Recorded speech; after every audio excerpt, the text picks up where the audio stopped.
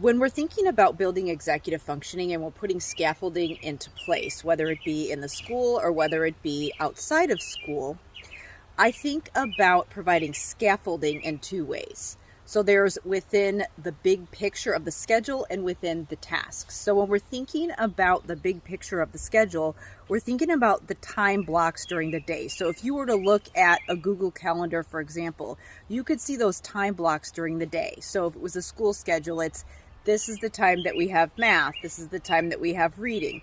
If it is your schedule at home, it might be this is the time that we're eating breakfast in the morning. This is the time that we're going to summer camp.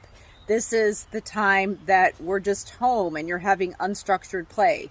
This is the time when we're going to sit down and do some reading for 20 minutes. So those bigger time blocks during the day. And then we can think about, once we've figured out where that structure and that scaffolding is within those bigger time blocks, we can funnel down and get specific into each one of those sections and figure out how we're going to create scaffolding within those tasks. And yes, if we're thinking about a school subject, for example, teachers often create additional scheduling and scaffolding within their classroom. They might have, again, the first part of the class might be a structured activity, and then they might have group work for 20 minutes, and then they might come together at the end and do something more structured.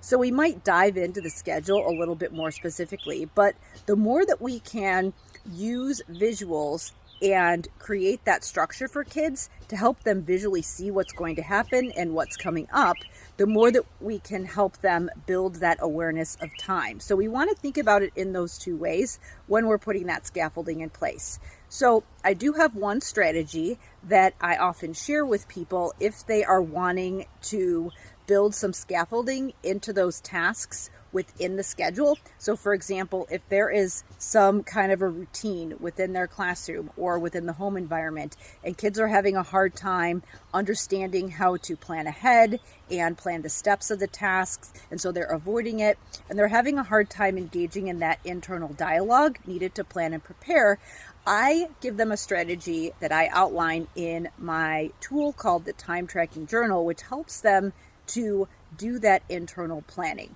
A lot of times if we do that planning for kids and we just tell them step by step what they need to do, we don't allow them to practice those internal planning skills that they need in order to be independent. So we have to have a process for putting that support in place, making some of those internal processes external and modeling them for kids, but then fading that prompting. So that's one thing that I recommend for people if they do want to get started with working on executive functioning, whether it be in the home setting or whether it be in the school setting.